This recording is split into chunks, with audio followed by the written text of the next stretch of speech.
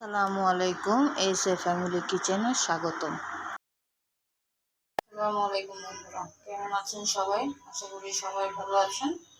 আমি আলহামদুলিল্লাহ ভালো আছি। আজকে এটা জালি কুমড়া। তো জালি কুমড়া আমি কুচি করে নিয়েছি, ধুয়ে তারপরে একটা আলু দিয়েছি। তো এটা আমি ভাজি করব। তো চলুন রেসিপিতে চলে যাই।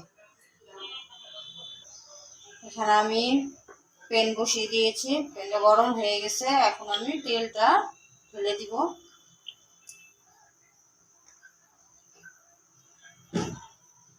তেলটা গরম হয়ে আসলে কেটে রাখা পেঁয়াজ কুচি দিয়ে দিব।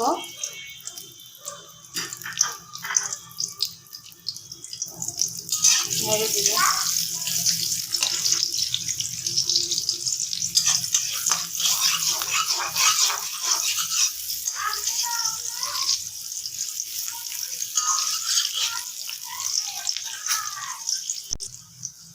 দুটো কাঁচামরিচ দিয়ে দিব। এখন আমি এই পেঁয়াজটা হালকা বাদামি কালার করে নিব। পেঁয়াজটা হালকা লাল হয়ে আসছে। এখন আমি কেটে রাখা জালি কুমড়ো দিয়ে দিব। এই যে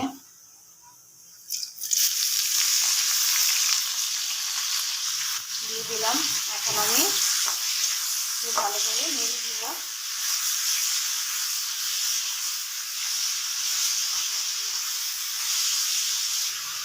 দিয়ে দিব হালকা হলুদ গুঁড়া, সামান্য মরিচ গুঁড়া, সামান্য জিরার গুঁড়া, দিয়ে দিব স্বাদ মতো লবণ। আমি নাড়াচাড়া করে দিব।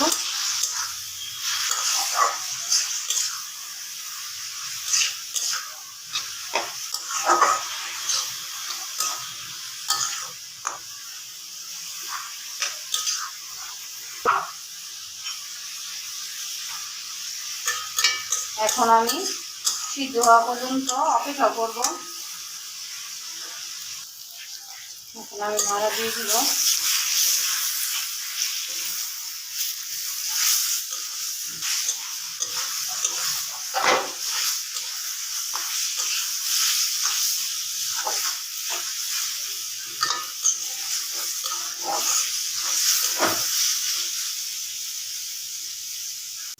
এখন আমি কুচি করা ধনিয়া পাতা দিয়ে দিব।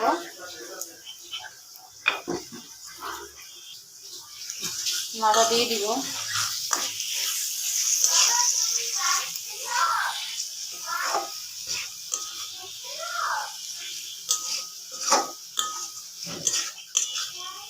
এক মিনিট পর আমি নামিয়ে নিব। নামিয়ে পরিবেশন করব।